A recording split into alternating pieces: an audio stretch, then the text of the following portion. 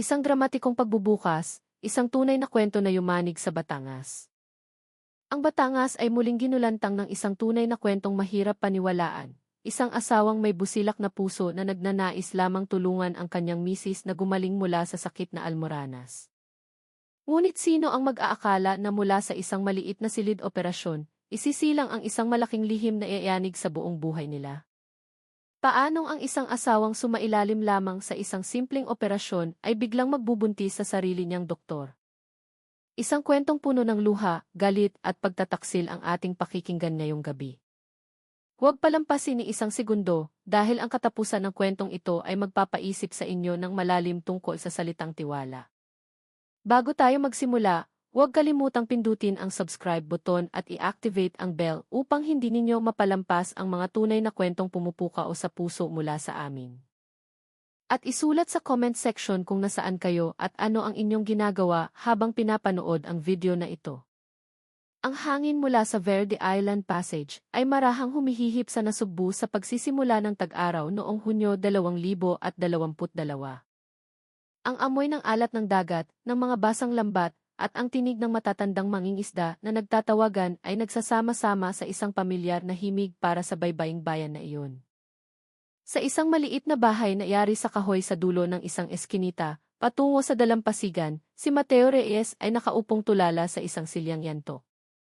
Sa ibabaw ng mesang kahoy, isang piraso ng papel mula sa test ang nakalatag, tahimik, matalim, malamig at malupit na parang isang patalim. Ang mga mata ni Mateo ay nakapako sa mga linyang hindi maikakaila. Ang sample mula sa batang lalaki, si Miguel Reyes, ay walang kaugnayan sa dugo sa ipinapalagay na ama, si Mateo Reyes. Apat na maikling pangusap na mas mabigat pa kaysa sa anumang bagyo sa karagatan. Sa Nasugbu, ang dangal ng isang lalaki ay lahat-lahat. Mula pagkabata, naunawaan na ito ni Mateo. Lumaki siya kasama ang kanyang ama, isang matandang mangingisda na nagturo sa kanya kung paano basahin ang direksyon ng hangin, pakinggan ang wika ng mga alon, at panghawakan ang isang pangako na parang paghawak sa timon ng bangka. 5 taon na ang nakalipas ng pakasalan ni Mateo si Lita Santos, isang dalagang taga-baryo na mahinhin at simple. Ang kanilang kasal ay ginanap sa maliit na simbahan sa tabi ng dagat, sinaksihan ng mga kapitbahay na may kasamang lechon, adobo, at kantahan sa videoke na umalingaw-ngaw hanggang sa paglubog ng araw. Nang isilang si Miguel noong Agosto 2020, kinarga ni Mateo ang sanggol na may namamasang mga mata, nangangakong palalakihin ito gamit ang matatapat na kamay, tuturo ang gumalang sa mga magulang, at mahalin ang dagat tulad ng pagmamahal niya sa kanyang pamilya.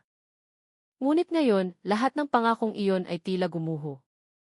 Ipinikit ni Mateo ang kanyang mga mata, dinig ang paghampas ng alon sa dalampasigan, ngunit sa loob ng kanyang dibdib, may mas malaking bagyong nagwawala. Paanong ang isang piraso ng papel ay kayang burahin ang lahat ng alaala? Ang mga gabing nagpuyat sila dahil nilalagnat si Miguel, ang mga umagang nagbibilad sila ng tuyo sa bakuran, ang tawa ni Lita habang tumatawad ng isda sa palengke. Hindi siya isang taong madaling maghinala, ngunit nagsimula ang lahat sa isang maliit na bagay, ang tipo ng dugo. Si Miguel ay may type O na dugo, samantalang si Mateo ay AB at si Lita ay U. Ang simpleng aralin sa biology na dati niyang binaliwala ay naging tinik sa kanyang isipan. Lihim siyang kumuha ng hibla ng kanyang buhok at ng buhok ni Miguel, dinala ito sa isang laboratorio sa Batangas City, at ngayon, ang resulta ay nasa harap na ng kanyang mga mata, tila pinupunit ang kanyang puso sa dalawa. Lumabas si Lita mula sa kusina, may harina pa sa kanyang mga kamay. Naguguluhan ang kanyang mukha nang makita ang asawang hindi gumagalaw. Mahal, malambing niyang tawag. Inangat ni Mateo ang kanyang ulo, tinitigan siya ng mga matang walang laman, saka itinulak ang papel sa direksyon niya. Binasa ito ni Lita at ang kanyang katawan ay agad na nanghina. Ano nang ibig sabihin nito, nanginginig niyang tanong. Ang bahay ay biglang nabalot ng katahimikan. Ang tanging maririnig ay ang tiktak ng lumang orasan at ang mahinang tunog ng kampana ng simbahan para sa Angelus. Sa labas, ang kahel na kalangitan ay unti-unting dumidilim, ngunit sa loob ng bahay na iyon, isang madilim na gabi ang nagsisimula pa lamang. Tumayo si Mateo, lumakad patungo sa beranda. Tumingin siya sa dalampasigan kung saan madalas maglaro ng buhangin si Miguel.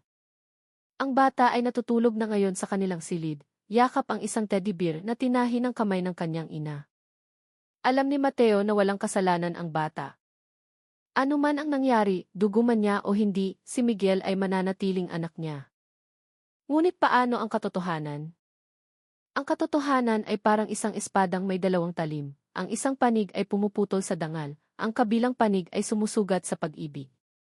Naupo si Lita sa silya, tinitigan ang asawa na mailuhang namumuo sa mga mata.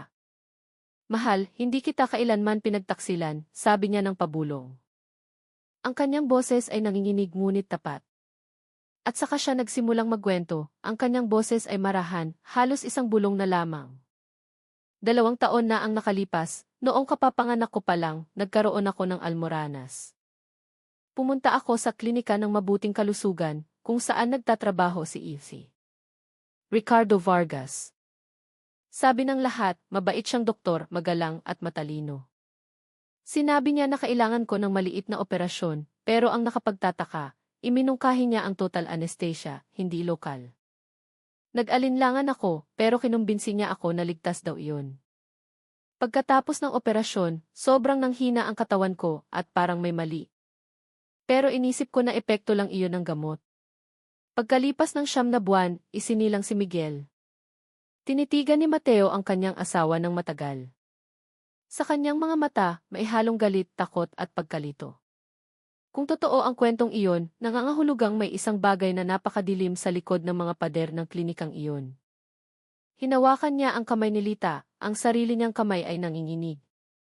Hahanapin natin ang katotohanan, sabi niya sa wakas, hindi para manisin ng kahit sino, kundi para protektahan si Miguel at ang dangal ng pamilya natin.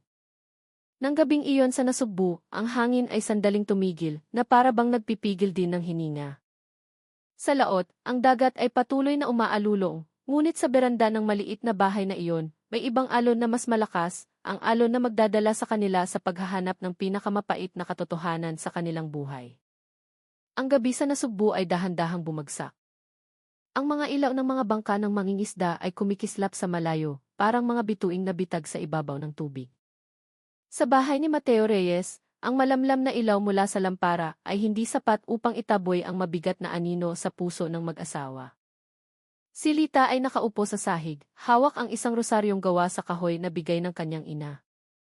Ang kanyang mga labi ay marahang bumubulong ng dasal, sinusubukang pakalmahin ang sarili. Ngunit sa tuwing ipipikit niya ang kanyang mga mata, ang mukha ni Izzy. Ricardo Vargas ang lumilitaw, ang magalang nitong ngiti at malumanay na boses na dati nagbigay sa kanya ng tiwala, ngayon ay parang lason na. Si Mateo ay nakaupo sa kabilang banda, nakatitig sa pader na kawayan. Sa ibabaw ng mesa, ang papel ng SAT test na ilang beses na niyang binasa ay tila naging isang linya sa pagitan ng pag-ibig at pagkawasak. Mahal, baka may pagkakamali sa lab, bulong ni Lita, sinusubukang hawakan ang kamay ng kanyang asawa. Hindi ko alam kung ano talaga ang nangyari noon, pero sigurado ako, hindi kita pinagtaksilan. Tinitigan ni Mateo ang mga mata ng kanyang asawa ng matagal. Doon, wala siyang nakitang kasinungalingan, tanging pagod at pagkalito. Gusto kong maniwala, marahan niyang sabi, pero lahat ng ito ay napakahirap. Ang mga sumunod na araw ay mabagal na lumipas. Si Mateo ay patuloy na pumupunta sa daungan, dala ang kanyang bangka upang harapin ang mga alon, ngunit ang kanyang isipan ay laging lumilipad sa piraso ng papel na iyon. Sa tuwing hahampasin ng hangin ang dagat ang kanyang mukha, ang malamig na tinig mula sa resulta ng pagsusuri ay muling umaalingaw sa kanyang ulo, walang kaugnayan sa dugo. Sa gabi, nananatili siyang gising, tinititigan si Miguel na mahimbing na natutulog sa tabi ni Lita, naghahanap ng kahit kaunting pagkakahawig sa mukha ng bata at hindi ito kailanman natatagpuan. Lumipas ang panahon hanggang isang hapon, isang balita mula sa isang matagal ng kaibigan ang nagdala ng panibagong palaisipan. Si Aling Nena, matalik na kaibigan ni Lita mula pagkabata, ay dumalaw. Ako rin, napunta na sa klinika ng mabuting kalusugan, marahan niyang sabi habang nakatingin sa labas ng bintana. Noon, para lang sa pagsusuri ng tiyan, pero binigyan din ako ng total anesthesia. Pagkatapos noon, kakaiba ang pakiramdam ko, at ilang buwan pagkatapos, hindi na rin ako dinatnan. Akala ko dahil lang sa stress, pero ngayon, matapos kong marinig ang kwento mo, natatakot na ako. Natigilan si Lita. 2 babae, 2 kwento at iisang doktor. Isang panginginig ang gumapang mula sa kanyang batok hanggang sa dulo ng kanyang mga daliri. Nang gabing iyon, matapos ang mahabang pagtatalo sa katahimikan, nagpa siya sina Mateo at Lita na mag-ulat sa pulisya. Pumunta silang dalawa sa himpilan ng pulisya sa Batangas City. Doon, tinanggap sila ni Major Dante Cruz, isang lalaking nasa katanghalian ng buhay na may matatag ngunit maamong mukha. Nakikinig siya ng may pasensya, hindi pinutol kahit minsan ang kwento ni Lita na pautal-utal sa pagitan ng mga luha. Ayaw ko pong manumbintang ng walang ebidensya, sir, sabi ni Mateo sa wakas. Pero hindi lang ito tungkol sa akin at sa asawa ko. Baka may iba pang babae na naging biktima. Tinitigan sila ni Major Cruz ng malalim. Saka siya nagsalita ng marahan, naiintindihan ko. Ang mga kasong tulad nito ay napakasensitibo, ngunit hindi dapat hayaang malunod ang katotohanan. Magsasagawa kami ng investigasyon. Pansamantala, mangyaring panatilihin ninyo itong lihim. Sa labas ng himpilan ng pulisya, isang manipis na ulan ang bumagsak, nagkakalat ng amoy ng basang lupa. Niyakap ni Lita ng mahigpit ang kanyang asawa. Mahal, natatakot ako, bulong niya. Hinaplos ni Mateo ang ulo ng kanyang asawa, nakatingin sa malayo, sa kumikinang na mga ilaw sa kalsada. Haharapin natin ito ng magkasama. Ilang araw pagkatapos, bumuo si Major Cruz ng isang maliit na team na tahimik na nagtatrabaho. Alam niyang hindi madaling harapin ang isang kilalang doktor. Ang klinika ng mabuting kalusugan ay may magandang reputasyon, ang mga pasyente nito ay mula sa mga respetadong pamilya. Isang maling hakbang at maaaring mabisto ang buong investigasyon.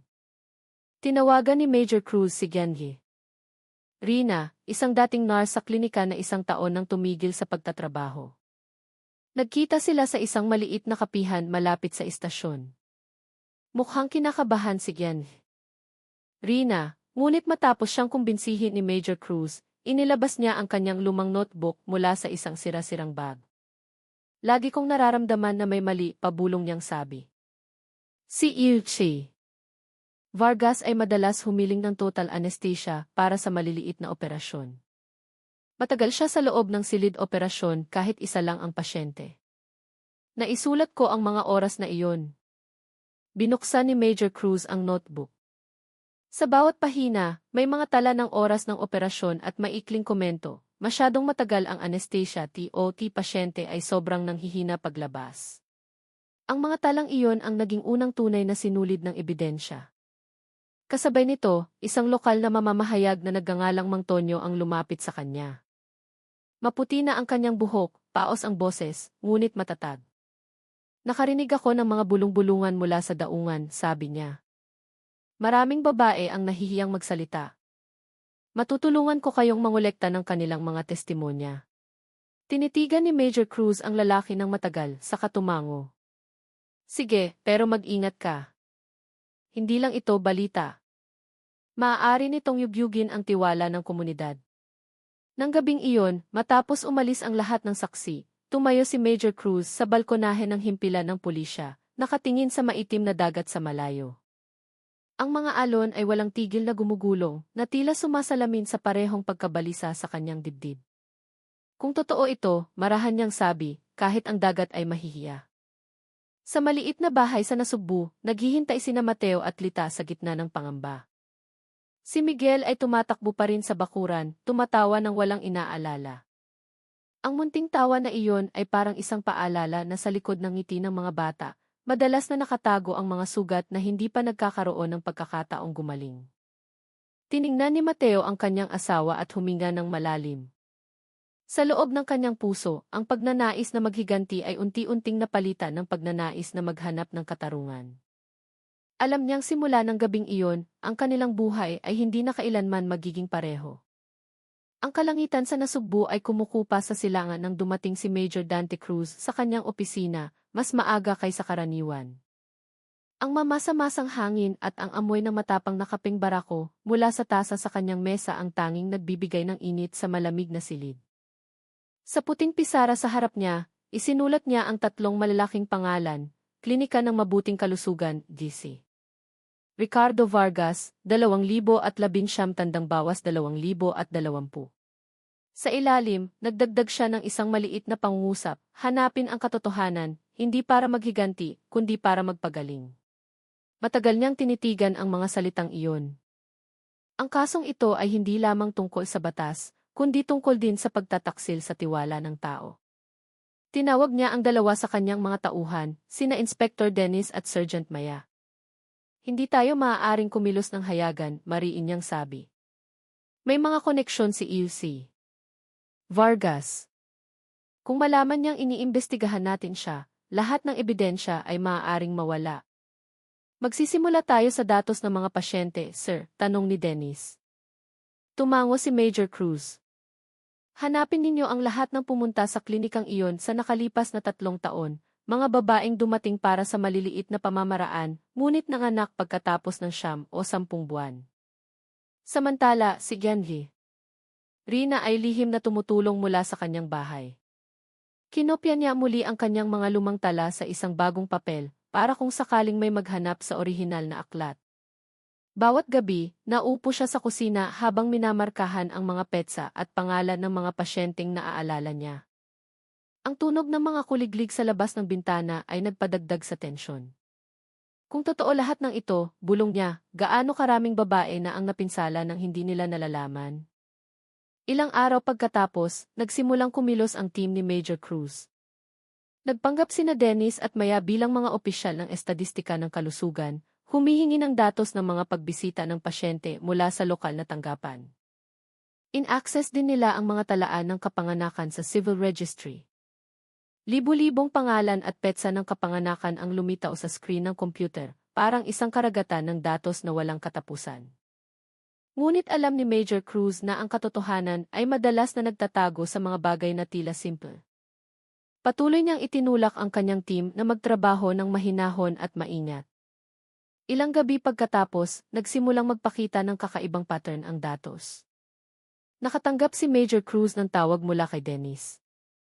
Sir, nakahanap kami ng 10 pangalan ng mga babae na tumutugma sa pattern.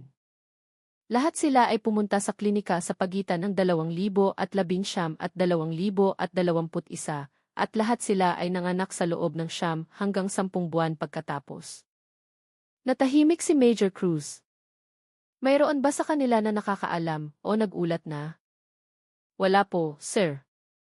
Hindi man lang nila namamalaya na biktima na pala sila. Ipinikit ni Major Cruz ang kanyang mga mata sandali. Kung ganoon, ang ating tungkulin ay hindi lamang hulihin ang salarin, kundi protektahan din sila mula sa isang katotohanang napakapait. Kinabukasan, tinawag niya si Elena Pascual, isang batang opisyal na may maamong mukha, ngunit matalas na mga mata. Elena, kailangan ko ng tulong mo. Ang kasong ito ay nangangailangan ng direktang ebidensya. Kailangan nating malaman kung paano nagtatrabaho ang doktor na iyon. Tumingin si Elena sa kanya ng walang pag-aalinlangan. Handa po ako, sir. Simula bukas, hindi ka na si Elena Pascual, pagpapatuloy ni Major Cruz. Ikaw si Nina Putri, isang batang guro mula sa ibang bayan na dumaranas ng almoranas pagkatapos manganak at naghahanap ng gamot sa klinika. Lahat ng dokumento ay inihanda na. Nang gabing iyon, naupo si Elena sa kanyang quarters, tinititigan ang mga larawan ng mga babae sa file ng kaso. Ang mga simpleng mukha na iyon ay nagtatago ng mga sugat na hindi nakikita. Bumulong siya, hindi ko hahayaang may masaktan pa. Ilang araw pagkatapos, sumailalim si Elena sa isang maikling pagsasanay kasama si Ken. Rina. Huwag kang masyadong maging matapang, paalala ni Ken. Rina.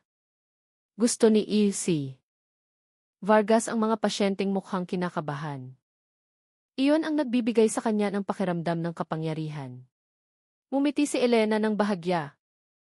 Sisiguraduhin kong lubos siyang maniniwala. Pinapanood ni Major Cruz ang lahat mula sa malayo. Bawat detalye ay kailangang perpekto, mula sa peking address, medical history, hanggang sa damit na isusuot ni Elena. Alam niyang isang maliit na pagkakamali ay maaaring magbanta sa buhay ng kanyang opisyal. Sa gabi bago ang operasyon, tinitigan ni Major Cruz ang dagat ng nasugbu mula sa bintana ng kanyang opisina. Ang mga alon ay marahang humahampas na tila nagtatago ng isang malaking lihim sa ilalim nito. Bukas, magsisimula na tayo, pabulong niyang sabi. Sana'y pumanig ang Diyos sa tama. Nang umagang iyon, isang manipis na ulap ang bumalot sa kalangitan ng nasugbu. Ang mga alon ay marahang humahampas sa dalampasigan na tila nagpipigil ng hininga, naghihintay sa isang malaking mangyayari. Sa isang simpleng bahay sa gilid ng bayan, tinitigan ni Elena Pascual ang kanyang sarili sa salamin. Ang kanyang buhok ay maayos na nakatirintas, ang kanyang mukha ay may manipis na pulbos lamang, sapat upang magmukhang isang mahiyain na batang guro. Sa harap ng mesa ay nakalatag ang mga peking dokumento sa pangalang ni Putri, kumpleto sa medical history, at referral letter mula sa isang pangkalahatang doktor. Kumatok si Major Cruz sa pinto at pumasok. Handa ka na? Ang kanyang boses ay kalmado ngunit matatag. Lumingon si Elena, umiti ng bahagya. Handa na po, sir. Lahat ng detalye ay nasa ulo ko na. Tinitigan siya ni Major Cruz ng ilang segundo. Tandaan mo, huwag kang magpadala sa emosyon. Ang layunin mo ay hindi upang paaminin siya, kundi upang makakuha ng isang bagay mula sa kanya, isang hibla ng buhok, ginamit na tissue, o anumang maaaring maglaman ng kanyang Tumango si Elena. Naiintindihan ko po, sir. Mag-iingat ako. Mga bandang 9:00 ng umaga, isang maliit na sasakyang walang marka ng pulisya ang umalis sa himpilan. Sa loob, si Elena ay nakaupo sa likod kasama si Sergeant Maya, na gumanap bilang kanyang kaibigan. Nagkunwari silang dalawang babae mula sa ibang bayan na naghahanap ng isang klinika na may magandang reputasyon. Hinawakan ni Maya ang kamay ni Elena bago bumaba ng sasakyan. Kung may maramdaman kang mali, pindutin mo ang buton sa iyong pulseras, bulong niya. Tumango lamang si Elena, nakatingin sa labas ng bintana, huminga ng malalim bago humakbang patungo sa puting gusali na may nakasulat na iklinika ng mabuting kalusugan. Mula sa labas, ang klinika ay mukhang karaniwan lamang, malinis, tahimik, na may bahagyang amoy ng antiseptiko. Isang batang receptionist ang sumalubong sa kanya ng may ngiti. Magandang umaga po, ma'am. Ano po ang maipaglilingkod ko? Ako po si Nina Putri, malumanay na sagot ni Elena habang inaabot ang referral letter. Inirekomenda ako ng doktor sa aming bayan dito. Sabi po niya, napakagaling daw ni Ilse Vargas. Tiningnan ng receptionist ang mga papeles at ngumiti ng magiliw. Maupo po muna kayo, ma'am Nina. Tinitingnan pa po ni Dosi ang isang pasyente. Umupo si Elena sa tahimik na waiting area. Ang mga pader ay puno ng mga sertipiko ng parangal at mga larawan ni Ilse Vargas kasama ang kanyang mga pasyente. Bawat ngiti sa mga larawan ay tila isang maskara, at bawat tingin doon ay parang sumusunod sa kanyang bawat galaw, nagpapanginig sa kanyang batok. Masyadong tahimik ang silid, tanging ang tiktak ng orasan ang maririnig, na tila nagpapabagal sa oras.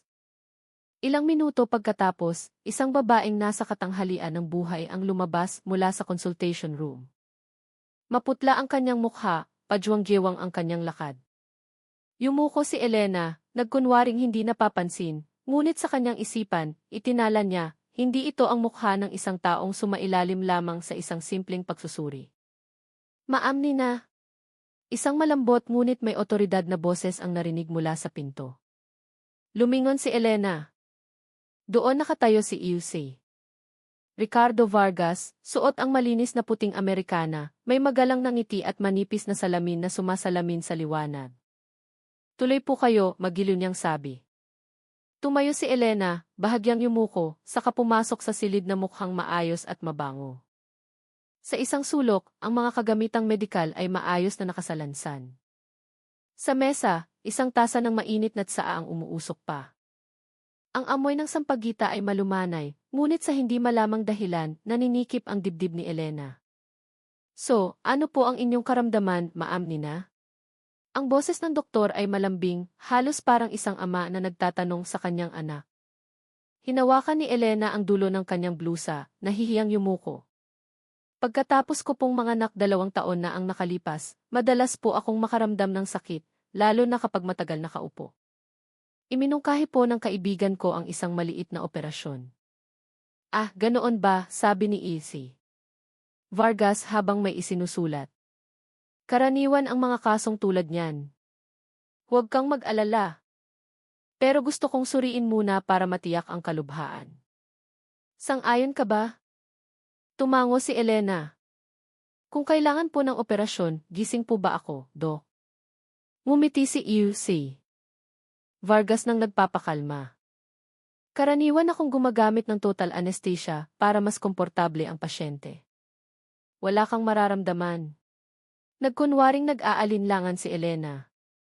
Pero Doc, hindi po ba sapat na ang local anesthesia sa maliit na operasyon?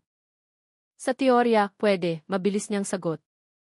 Pero mas ligtas ang total anesthesia. Marami sa mga pasyente ko ang nagsasabing mahimbing ang tulog nila pagkatapos at gigising na walang sakit. Maniwala ka, daan-daang operasyon na tulad nito ang nagawa ko. Malumanay ang tono ng kanyang boses, ngunit may narinig si Elena na mas malalim, isang tono ng manipulasyon at sobrang tiwala sa sarili. Sumulyap siya sa tasa ng tsaa sa mesa. Mainit pa ang singaw nito. Iyon na marahil ang pinakamagandang pagkakataon. Pwede po ba akong uminom, Doc? Medyo tuyo po ang lalamunan ko. Siyempre, sagot ng doktor, itinutulak ang kanyang tasa. Heto, mainit pa. Umiti si Elena ng alanganin. Ay, huwag na po, Doc. Baka makaabala pa po ako. Tumawa ng bahagya si Ilse. Vargas. Huwag kang mahiya, para tayong pamilya rito. Uminom ka lang. Uminom siya muna, saka ibinalik ang tasa. Nagpigil ng hininga si Elena. Ito na. Ang ebidensyang kailangan nila. Kumabog ng malakas ang kanyang puso. Bawat segundo ay parang 1 minuto. Nang tumalikod ang doktor para kumuha ng instrumento sa likod, kumilos si Elena. Sa loob ng 3 segundong parang walang katapusan, ipinalit niya ang tasa sa isang kaparehong tasa mula sa kanyang maliit na bag. Sa loob ng tasa na iyon, isang piraso ng steril na bulak ang handa ng sumipsip sa natirang tsaa at bakas ng laway. Lahat ay nangyari ng tahimik, tanging ang sarili niyang mabigat na paghinga ang naririnig. Nang humarap muli ang doktor, si Elena ay nakaupo ng kalmado, nagkukunwaring nagbabasa ng isang brochure. Pagkatapos ng maikling pagsusuri, iminungkahi ni EC. Vargas ang operasyon sa susunod na linggo. Hindi mo kailangang mag-alala. Ako mismo ang hahawak sa kaso mo. Salamat po, Doc, sagot ni Elena, yumuko ng magalang. Paglabas niya ng silid, naramdaman niyang nanginginig ang kanyang mga tuhod. Ang hangin sa labas ay mas malamig kaysa karaniwan. Naglakad siya ng mabilis patungo sa sasakyang naghihintay sa kabilang kalsada. Agad na binuksan ni Sergeant Maya ang komunikasyon. Inulit ng target ang dating pattern, narinig ang boses ni Major Cruz sa radyo. Tumingin si Elena sa salamin, nakikita ang refleksyon ng klinika sa malayo. Opo, sir. Nag-alok na naman siya ng total anesthesia para sa maliit na operasyon. At nakakuha ako ng mas mahalaga kaysa sa pag-amin ang kanyang ihi. Natahimik sandali si Major Cruz sa kabilang linya. Saka narinig ang kanyang boses, mahinahon ngunit matatag. Magaling, Elena. Ngayon, dalhin mo iyan sa laboratorio. Titingnan natin kung gaano kalalim ang kabulukang ito na lumunod sa taong dati nilang tinawag na tagapagligtas. Nang hapong iyon, isang kulay abong ulap ang bumalot sa kalangitan ng Batangas City. Sa control room ng investigative team, isang tensyonadong katahimikan ang namayani. Sa ibabaw ng mahabang mesang kahoy, nagkalat ang makakapal na folder, mga timeline ng kaso, at mga larawan ng mga pasyente mula sa iklinika ng mabuting kalusugan. Lahat ng mata ay nakatuon sa isang maliit na bagay sa gitna ng mesa, isang transparent na plastic bag na naglalaman ng steril na bulak mula sa tasa ni Ethy. Ricardo Vargas, ang ebidensya na ngayon ang magdidikta sa lahat. Si Major Cruz ay nakaupo sa dulo ng mesa, matigas ang mukha. Ang sample na ito ay ipinadala na sa National Forensic Science Institute sa Maynila. Nangako silang lalabas ang resulta sa loob ng 3 araw, pinakamaaga. Yumuko si Elena, nanginginig pa rin ang mga kamay kahit 2 araw na ang nakalipas mula sa kanyang misyon. Kung hindi po magtugma ang resulta, maaaring masira ang lahat, sir. Tumingin si Major Cruz sa kanya. Pero naniniwala ako sa kutob mo. Ang pattern ng pag-ugali, lahat ay masyadong pare-pareho. Ngayon, kailangan na lang nating hintayin ang siyensya na magsalita. Ang sumunod na 3 araw ay dumaan ng napakabagal. Sa unang gabi, walang sinuman sa team ang nakatulog. Paulit-ulit na isinulat ni Elena ang kanyang ulat habang si Major Cruz ay nagpalipas ng gabi sa opisina, sinusuri muli ang bawat detalye, oras, lugar, pangalan ng pasyente, maging ang schedule ng mga operasyon sa klinika. Walang dapat magkamali, marahan niyang sabi, dahil isang pagkakamali lang ay maaaring makatakas ang demonyong iyon. Sa ikatlong araw, bandang 4:00 ng hapon, tumunog ng matagal ang telepono sa opisina. Lahat ay napalingon. Inangat ni Major Cruz ang handset, at ang boses mula sa kabilang linya ay matatag. Mula ito sa National Forensic Science Institute. Tapos na ang pagsusuri sa ECG. Katahimikan. Tanging ang pigil na paghinga ang maririnig sa buong silid. Sige po, marahang sagot ni Major Cruz. Ang ECG mula sa sample ng tsaa na ipinadala ninyo, matapos ikumpara sa ECG ng anak ng pasyenteng si N. Lita Santos, sample code -3, ay nagpakita ng kumpletong tugma sa lahat ng genetic loci. Ang posibilidad ng pagiging ama-anak ay 99.999%. Ang mga salitang iyon ay bumagsak na parang kidlat sa control room.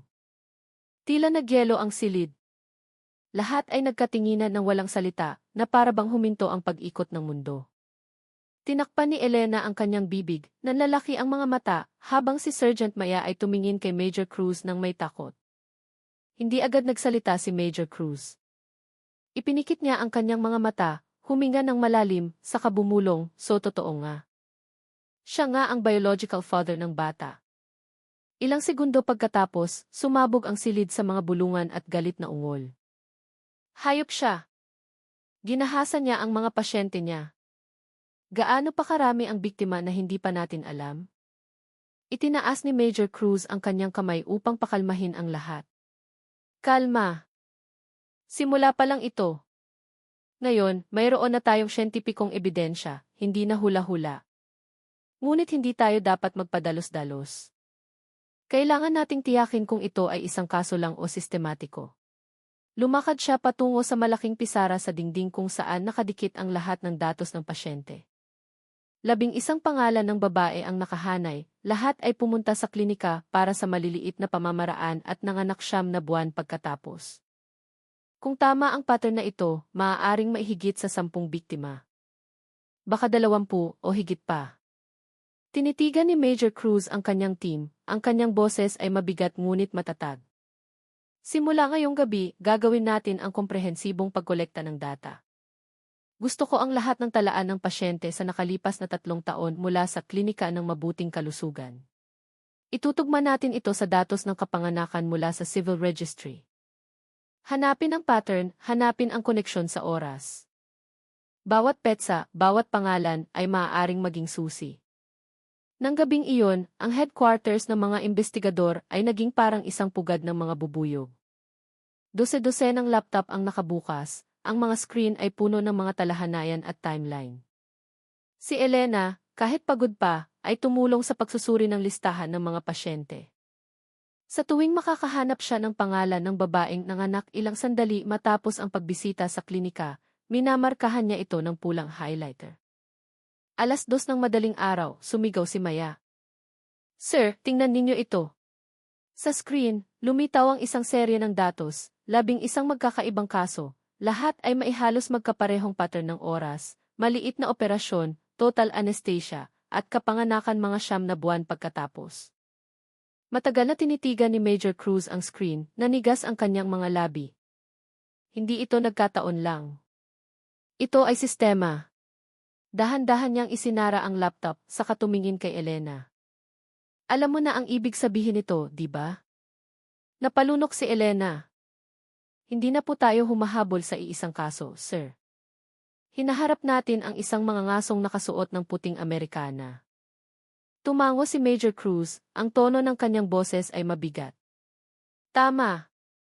At simula bukas ng umaga, ibabagsak natin siya. Kinabukasan, nagbago ang lahat sa opisina. Sa mesa ni Major Cruz, naroon na ang isang opisyal na warrant mula sa piskalya para sa pag-aresto at pagkumpiska ng mga dokumento ng klinika. Ngunit alam niyang hindi madali ang paghuli kay Easy Vargas. Mayroon siyang mataas na reputasyon, malawak na koneksyon, at malakas na abogado, sabi ni Major Cruz sa kanyang team. Kailangan nating tiyakin na lahat ay malinis at legal. Bago umalis, tumayo siya sa harap ng kanyang team. Ang boses ay paos dahil sa pagod ngunit puno ng determinasyon. 3 buwan tayong nabuhay sa ilalim ng presyon at lihim. Ngunit ngayon, isusulat natin ang katapusan ng kadilimang ito. Hindi lamang para sa mga biktima, kundi para sa bawat babaeng nagtiwala sa kanilang doktor. Si Elena ay nakatayo sa tabi niya, suot ang simpleng damit na kulay krema. Sa kanyang mga mata, may halong takot at determinasyon. Alam niyang pagkatapos nito, ang kanyang buhay ay hindi na magiging pareho. Eksaktong 2:30 ng hapon, isang konvoy ng mga sasakyang walang sirena ang umalis mula sa headquarters. Isang makulimlim na kalangitan ang nakabitin sa kalsada, patungo sa iklinika ng mabuting kalusugan. Nagsimulang bumagsak ang ambon, bumabasa sa salamin ng mga sasakyan, lumilikha ng isang ritmikong tunog na kakaibang tumutugma sa tibok ng puso ng lahat sa loob. Tumingin ng diretso si Major Cruz, mahigpit na hawak ang 2 kamay. Masyado na siyang matagal na nagtago sa likod ng magiliw ng ngiting iyon, marahan niyang sabi. Ngayon na ang oras para bumagsak ang telon. At sa ilalim ng kulay abong kalangitan, ang bagyo ng katarungan ay nagsimula ng gumalaw. Ang kalangitan ng Batangas City ng tanghaling iyon ay mukhang mabigat, na tila nagpipigil ng ulan na ayaw pang bumuhos. Ang mamasa-masang hangin na maihalong alat ng dagat ay bumalot sa likod bahay ng himpilan ng pulisya, kung saan 6 na itim na sasakyang walang marka ang maayos na nakaparada. Ang mga miyembro ng team ay mabilis na kumilos, sinusuri ang kanilang mga kagamitan, mga body camera, posas, at ang opisyal na warrant na nakalagay sa isang plastic folder. Walang biruan, walang tawanan. Tanging ang tunog ng pag-click ng mga safety lock ng baril at ang mabibigat na paghinga ang maririnig. Si Major Cruz ay nakatayo sa harap ng unang sasakyan, suot ang itim na jacket at simpleng sombrero. Ang kanyang mukha ay matatag, ngunit ang kanyang mga mata ay nagpapakita ng bigat ng responsibilidad. Tinitigan niya ang buong team. Ngayon, hindi lang isang doktor ang huhulihin natin, ang kanyang boses ay mababa ngunit matatag. Huhulihin natin ang takot na nagpatahimik sa mga babaeng iyon sa loob ng maraming taon. Si Elena ay nakatayo sa ikalawang hanay, malakas ang kabog ng kanyang dibdib. Tinitigan niya ang puting gusali ng klinika ng mabuting kalusugan sa malayo. Mula sa labas, ito ay mukhang malinis, mapayapa at nakakakalma. Ngunit alam niyang sa likod ng mga pader na iyon ay nagtatago ang isang kasalanang dumungis sa maraming buhay. 3:10, nagbigay ng senya si Major Cruz. Tara na! Ang klinika ng mabuting kalusugan, ng hapong iyon ay marami pa ring pasyente sa waiting area. Ilang ina ang may kargang anak, isang lalaki ang nagbabasa ng magasin, at 2 nurse ang abala sa reception desk. Lahat ay mukhang normal hanggang sa bumukas ang salaming pinto na may tuyong tunog. 5 lalaking nakasibilyan ang pumasok, mabilis ngunit tahimik ang kanilang mga hakbang. Si Major Cruz ang nasa unahan, ipinapakita ang kanyang at ang warrant. Kami po ay mula sa Pambansang Pulisya ng Pilipinas. Narito kami upang isagawa ang utos ng pag-aresto laban kay Easy Ricardo Vargas. Natigilan ang receptionist, namutla ang kanyang mukha. Si Dos po ay nasa silid operasyon. Sige, ituro mo ang daan, sabi ni Major Cruz na may kalmado ngunit matalas na tono. Naglakad sila ng mabilis sa puting pasilyo. Bawat hakbang ay umalinggaw-ngao sa sahig na baldosa, bawat segundo ay parang napakatagal. Mula sa likod ng isang pinto, maririnig ang ugong ng mga kagamitang medikal. Sinubukan silang pigilan ng isang nurse, ngunit marahang hinawakan ni Maya ang kanyang balikat. Kalma lang po, ginagawa lang po namin ang aming trabaho. Nang buksan ang pinto ng silid operasyon, isang malamig na hangin ang sumalubong. Sa gitna ng silid, si UC Vargas ay nakatayo na mailatex na guwantes, kausap ang isang pasyenteng kasalukuyan niyang sinusuri. Nang makita ang kanilang pagdating, ang kanyang mukha ay nagpakita ng pagkagulat, ngunit panandalian lamang. Mabilis niyang pinakalma ang sarili, ngumiti ng bahagya. Ano po ang maipaglilingkod ko? Ang kanyang boses ay malumanay ngunit peke. Lumapit si Major Cruz. Chay. Ricardo Vargas, ikaw ay inaaresto sa salang panggagahasa sa iyong mga pasyente. Heto ang warrant. Nanigas ang mukha ni E.C. Vargas. Pagkatapos ng ilang segundo, tumawa siya ng mahina at mapang-asar. Panggagahasa. Kalokohan. Ako ay isang doktor na nagliligtas ng buhay. Nagkakamali kayo. Tinitigan siya ni Major Cruz ng malamig. Ang ebidensya ng EK ay hindi kailanman nagkakamali. Ilante. Akala niyo ba ang resulta ng lab ay maaaring manumbintang ng walang basehan? May abogado ako. Magsisisi kayo. Si Elena ay nakatayo sa likod, tinititigan ang taong dati niyang itinuring na tagapagpagaling, na ngayon ay naging simbolo ng kabulukan. Lumapit ang isang miyembro at inilabas ang posas. Nang isara ang malamig na metal sa pulso ni E.C. Vargas, ang tunog ng pag-click ay malakas na umalinggaw na parang isang senyales ng pagtatapos ng isang kabanata. Ang pasyenteng nakaupo pa rin sa silya ay napahawak sa kanyang bibig sa gulat. Ang mga nurse ay natigilan. Sinubukang pumiglas ni E.C. Vargas, tumaas ang kanyang boses. Magsisisi kayong lahat. Ididemanda ko kayo isa-isa. Hindi sumagot si Major Cruz, sinabi lamang ng mahinahon, oras na para manahimik ka, Doc. Hayaan mong ang batas ang magsalita. Dinala siya ng 2 miyembro palabas ng silid. Ang kanilang mga hakbang ay mabigat at umalinggaw sa pasilyo. Ang mga pasyente ay nakatayo, nakatingin na may maputlang mga mukha. Si E.C. Vargas ba iyon? Diyos ko, bakit siya pinupusasan? Ang mga bulungan ay unti-unting humina, napalitan ng isang nakakatakot na katahimikan, na para bang ang mundong kanilang kilala ay biglang gumuho. Ang mga taong dati nagtiwala sa kanya ay ngayon ay tumitingin na lamang ng may takot at hindi makapaniwala. Sa labas, nagsimula ng umulan. Ang mga patak ay tumulo sa salamin ng sasakyan ng pulis, tumulo rin sa braso ni Elena nang buksan niya ang pinto sa likod. Si Major Cruz ang huling naglakad, huminto sandali sa may pinto. Tinitigan niya ang puting gusali, dati lugar ng paggaling, ngayon ay lugar ng kasinungalingan at kasalanan. Tapos na ang lahat, pabulong niyang sabi, saka isinara ang pinto ng sasakyan na may malakas na kalabog. Ang mga itim na sasakyan ay dahan-dahang umalis sa bakuran ng klinika. Sa ilalim ng ambon, ang mga tao ay tahimik na nakatayo, pinapanood ang pagbagsak ng isang peking alamat sa harap ng kanilang mga mata. Ang sirena ay hindi pa tumutunog, ngunit alam ng lahat na may isang malaking bagay na katatapos lang.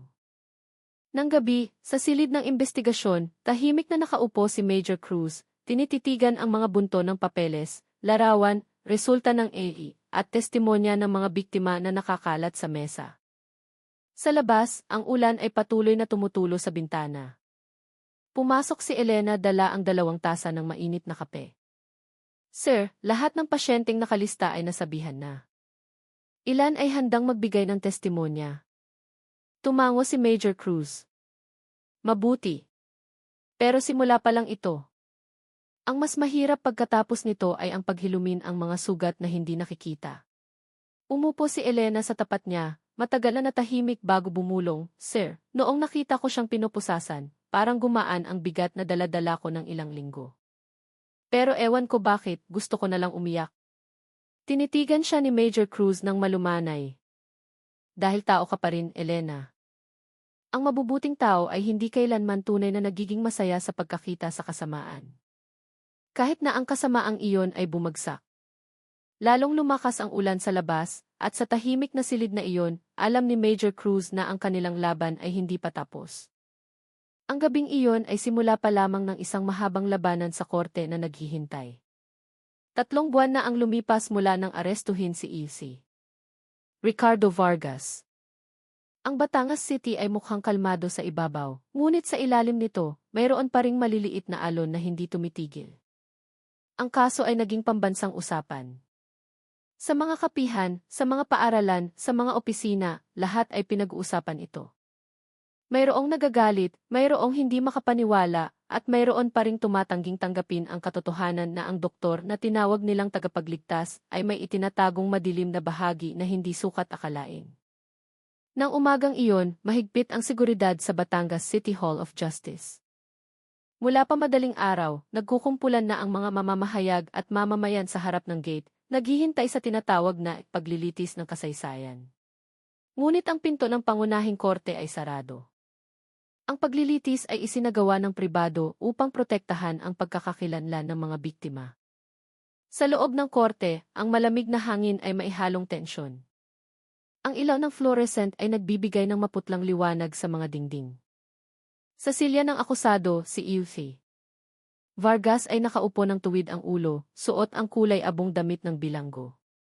Mas payat na siya, ngunit ang kanyang mga mata ay nananatiling malamig at mayabang, na para bang hindi siya kayang abutin ng mundo. Sa kabilang panig, 11 pamilya ng mga biktima ang tahimik na nakaupo. Ang ilan ay nakayuko, ang iba ay magkahawak kamay, ang iba ay nagpipigil ng luha. Binuksan ng punong hukom ang paglilitis na may matatag na boses.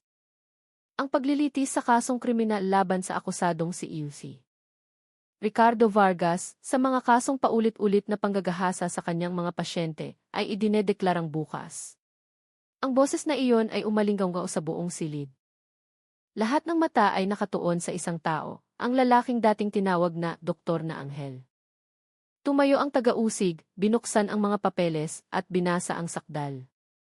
Ang akusado, sa kanyang kapasidad bilang isang medikal na propesyonal, ay inabuso ang kanyang propesyon upang magsagawa ng mga kilos ng pang-aabuso sa hindi bababa sa 11 biktima, gamit ang parehong modus. Pagbibigay ng total anesthesia sa pasyente at pagsasagawa ng karumal-dumal na gawain habang ang biktima ay walang malay.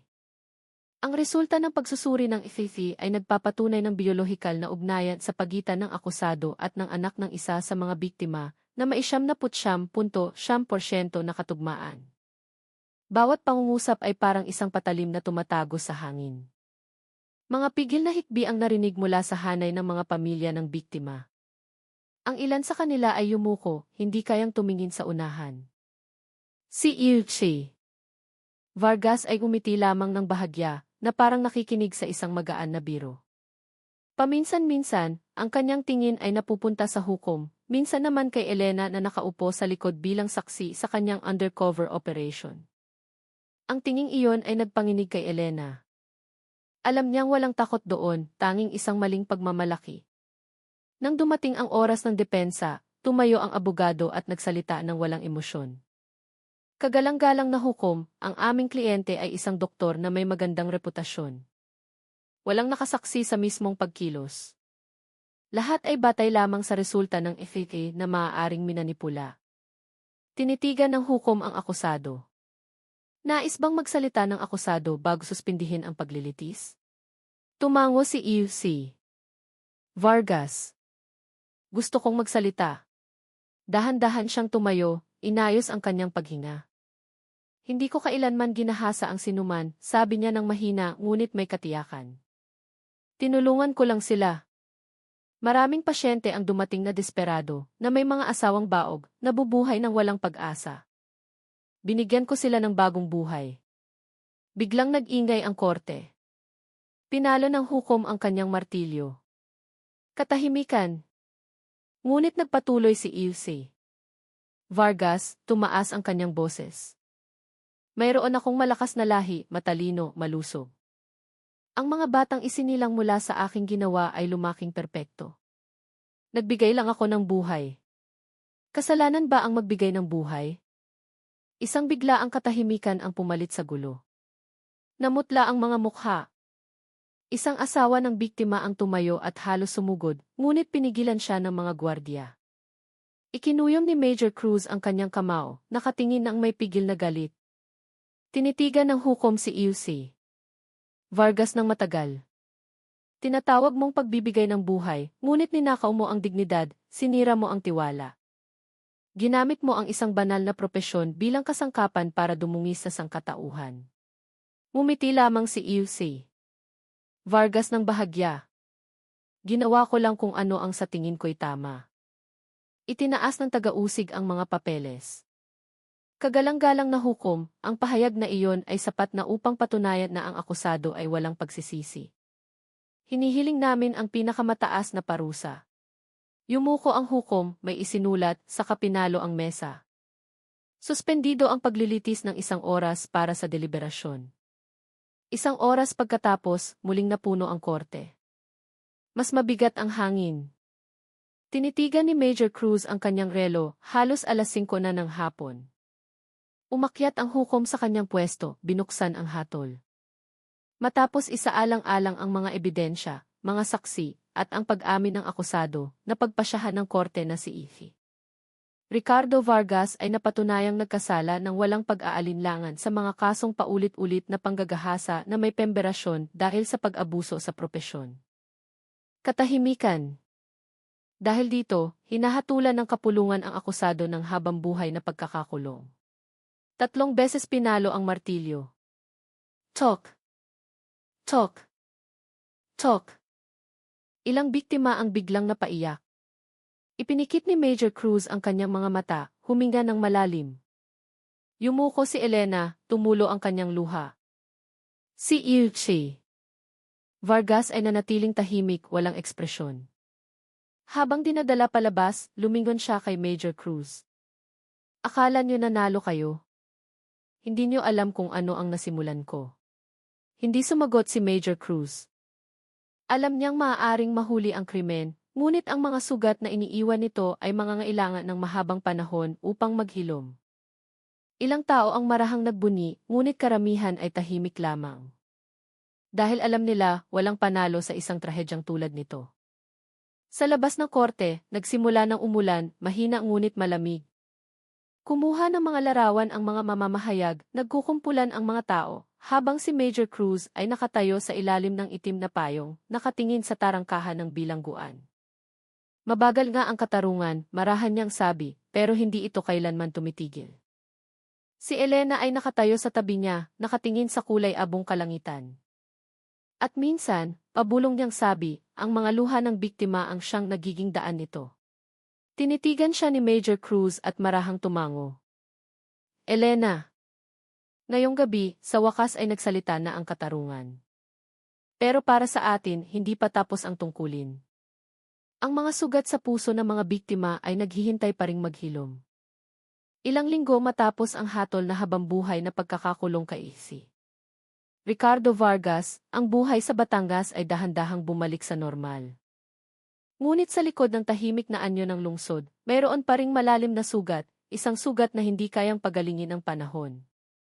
Sa isang simpleng bahay sa isang baryo, si Rina ay nakaupo sa beranda, pinapanood ang kanyang maliit na anak na naglalaro sa bakuran. Ang bata, si Arga, ay walang alam sa nangyari. Ang alam lang niya ay madalas na umiiyak ng tahimik ang kanyang ina tuwing gabi. Sa tuwing tatawagin ng bata ang imama, tumutulo ang luha ni Rina nang hindi niya mapigilan. Mahal na mahal niya ang bata, ngunit sa likod ng pagmamahal na iyon ay mayroong sakit na hindi maipaliwanag sa salita. Ang kanyang asawa, si Daddy, ay hirap pa ring tanggapin ang mapait na katotohanan. Umalis siya ng bahay ng 1 linggo, sinubukang pakalmahin ang sarili. Ngunit sa huli, bumalik siya. Sa isang tahimik na gabi, naupo siya sa tabi ng kanyang asawa at marahang nagsalita, walang kasalanan ang batang ito. Alam ko iyon. Pamilya pa rin tayo. Ang mga simpleng salitang iyon ay parang unang sinag ng liwanag pagkatapos ng isang mahabang bagyo. Sa unang pagkakataon sa loob ng maraming buwan, nakangiti si Rina, isang ngiti na marupok pa, ngunit totoo. Ngunit hindi lahat ng pamilya ay kasing tatag. Sa maraming lugar, ang ibang mga biktima ay nagtatago pa rin sa likod ng mga pader ng kanilang mga bahay, iniiwasan ang tingin ng mga tao. Mayroong lumipat ng lungsod, mayroong naghiwalay, mayroong piniling manahimik. Alam na ng komunidad kung sino sila, kahit hindi kailanman binanggit ang kanilang mga pangalan sa media. Ang mga bulong-bulungan ay kumalat, ang kuryosidad na may halong stigma ay lalong nagpalala sa kanilang mga sugat. Alam ni Major Cruz ang lahat ng ito.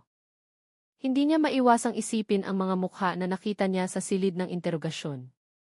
Madalas siyang tumayo sa harap ng bintana ng kanyang opisina tuwing gabi, tinititigan ang mga kumikislap na ilaw ng lungsod, iniisip kung sapat ba ang batas upang pagalingin ang isang pusong wasak. Isang araw, pumasok si Elena sa kanyang opisina, dala ang isang folder na naglalaman ng huling ulat ng kaso. Opisyal ng sarado ang kaso, sir, marahan niyang sabi. Tiningnan siya ni Major Cruz sandali, saka nagsalita, maaaring tapos na ang kaso, pero ang epekto nito ay hindi pa. Hindi natin sila maaaring pabayaan. Tumango si Elena, may namumuong luha sa kanyang mga mata. Iyon din po ang iniisip ko. Kailangan nila ng isang lugar kung saan maaari silang magsalita, maramdaman na may nakikinig. Ilang linggo pagkatapos, pinasimulan nilang dalawa ang isang maliit na programa na tinawag na Sandigan ng Paghilom, isang psychological support group para sa mga biktima ng medikal na karahasan at pang-aabuso. Nakipagtulungan sila sa isang unibersidad, mga voluntaryo at mga lokal na psychologist. Hindi ito malaki, ngunit mainit ang pagtanggap. Tuwing Sabado ng hapon, ilang biktima ang dumarating, naupo sa isang bilog sa isang maliit na community hall. Doon, walang taga-usig, walang hukom, walang kahihiyan. Tanging mga taong nakikinig sa isa't isa. Si Rina ang isa sa mga unang dumating. Noong una, tahimik lang siyang nakatingin sa sahig. Ngunit nang hawakan ni Elena ang kanyang kamay at sabihing, hindi tayo nag-iisa, bumuhos ang kanyang luha. Umiyak siya ng matagal, ngunit pagkatapos noon, gumaan ang kanyang dibdib. Araw-araw, bawat sesyon, unti-unti silang nakahanap ng bagong lakas. Madalas dumalo si Major Cruz ng walang uniforme, naupo sa isang sulok, nakikinig lamang. Sa kanyang puso, nararamdaman niya ang pagkakasala dahil hindi niya napigilan ang lahat mula sa simula. Ngunit kasabay nito, alam niyang sa pamamagitan ng pakikinig, mayroon siyang tinutubos. Minsan, hindi sapat ang katarungan sa papel. Ngunit kapag ang isang tao ay muling nakangiti, iyon ang tunay na katarungan. Nang hapong iyon, pagkatapos ng sesyon, nilapitan siya ni Elena dala ang 2 tasa ng kape. Sir, minsan, napapanaginipan ko pa rin siya, mahina niyang sabi. Ang mukha niya, ang boses niya, naaalala ko pa rin ng malinaw. Tinitigan siya ni Major Cruz ng may pag-unawa. Normal lang yan, Elena. Hindi natin mabubura ang mga alaala, pero makakagawa tayo ng mga bagong alaala na mas matatag. Ang liwanag ng hapon ay pumasok sa bintana, nagpapatingkad sa alikabok na sumasayaw sa hangin.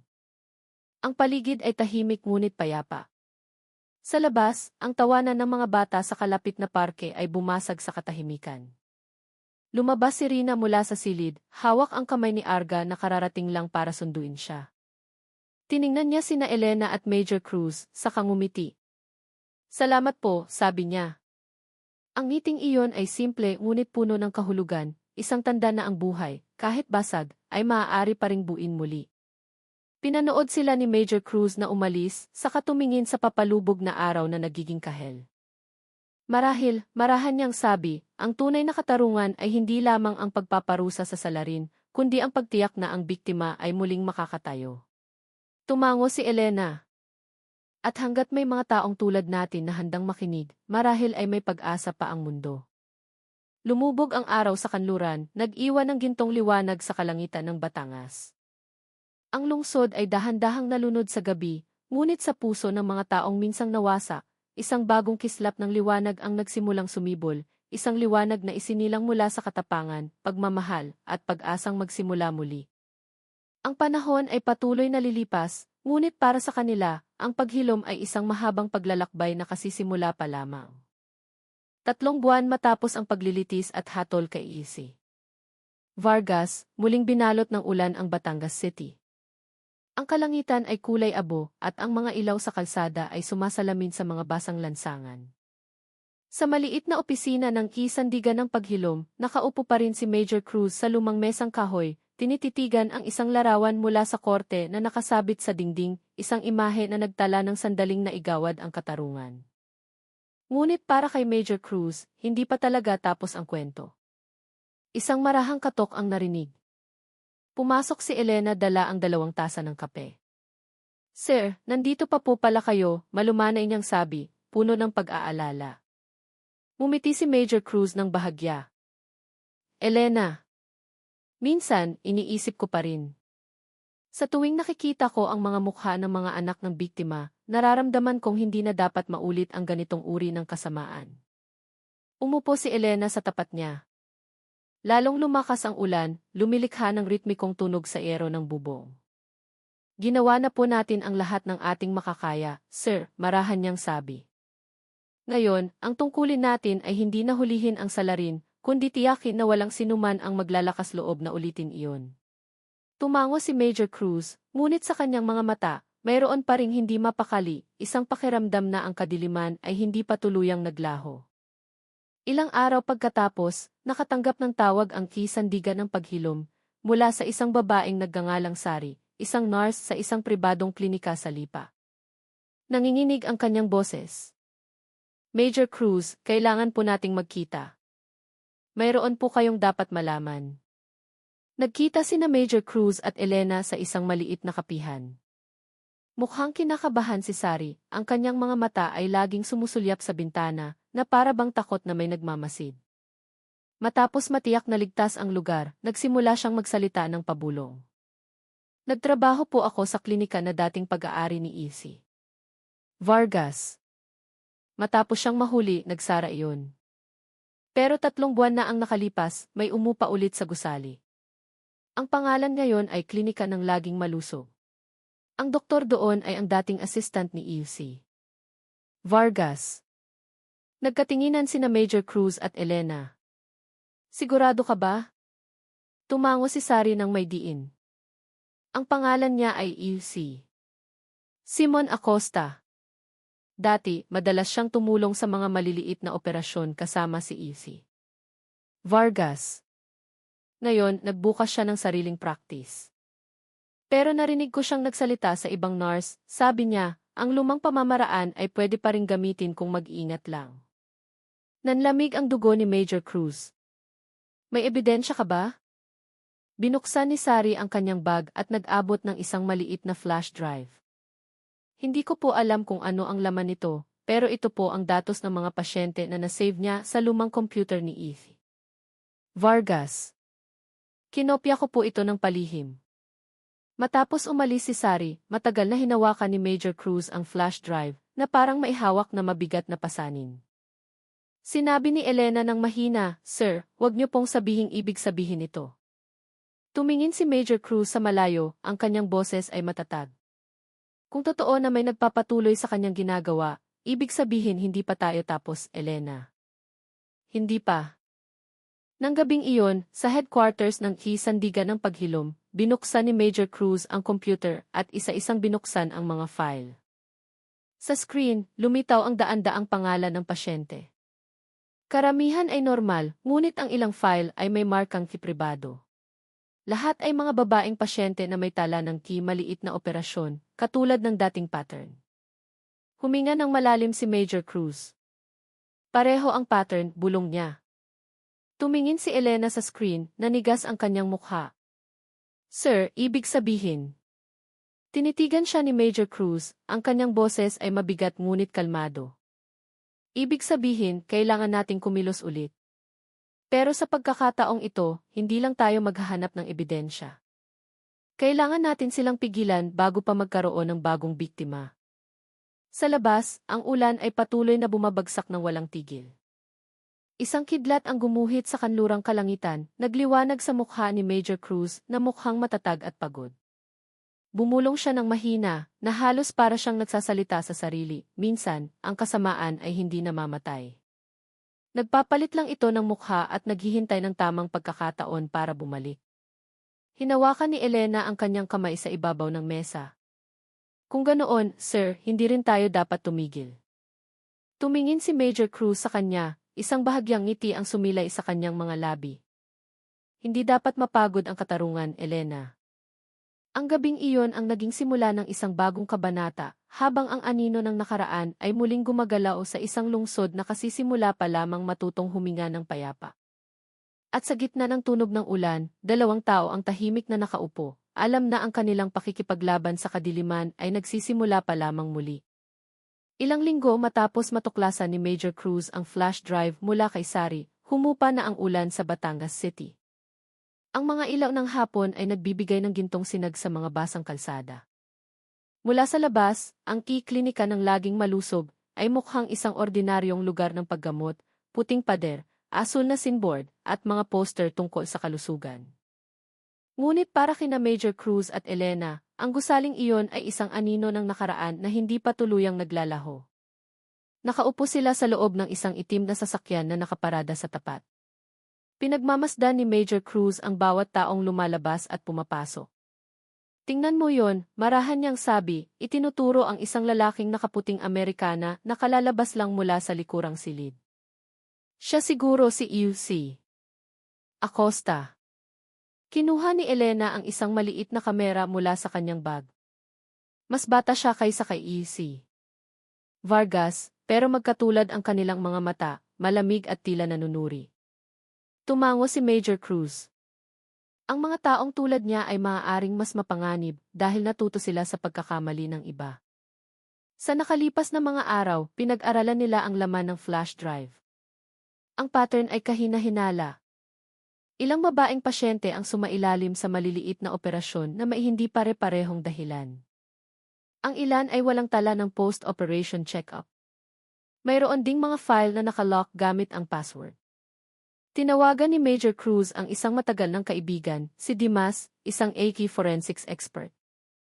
Kaya kong buksan ang mga file, sabi ni Dimas sa telepono, pero kailangan mong pumunta rito ngayong gabi. Dobleng naka-encrypt ang data, parang mga lihim na medikal na talaan. Nang gabing iyon, sa isang maliit na silid na puno ng mga kable at monitor, tahimik na nagtrabaho si Dimas. Pagkatapos ng isang oras, ipinakita ng screen ang isang folder na may pamagat na private patient records. Sa loob nito, may 7 pangalan ng mga babaeng may edad 25 tandang bawas 35, lahat ay pasyente ng klinika ng laging malusog. Binasa ni Major Cruz ang unang file, pasyente, Lestari, 29 taong gulang. Pamamaraan, minor surgery. Tala, isinagawa gamit ang total anesthesia. Walang komplikasyon. Tinitigan ni Major Cruz ang screen, nanigas ang kanyang mukha. Na naman, total anesthesia, bulong niya. Si Elena ay nakatayo sa likod niya, nanlalaki ang mga mata. Sir, parehong-pareho ang pattern tulad ng dati. Huminga ng malalim si Major Cruz. Kailangan nating mahanap ang isa sa kanila. Kinabukasan, nahanap nila ang address ni Lestari, isang guro sa kindergarten sa labas ng lungsod. Ang babae ay mukhang palakaibigan, ngunit bahagyang balisa nang magpakilala sila bilang mga voluntaryo ng isandigan ng paghilom.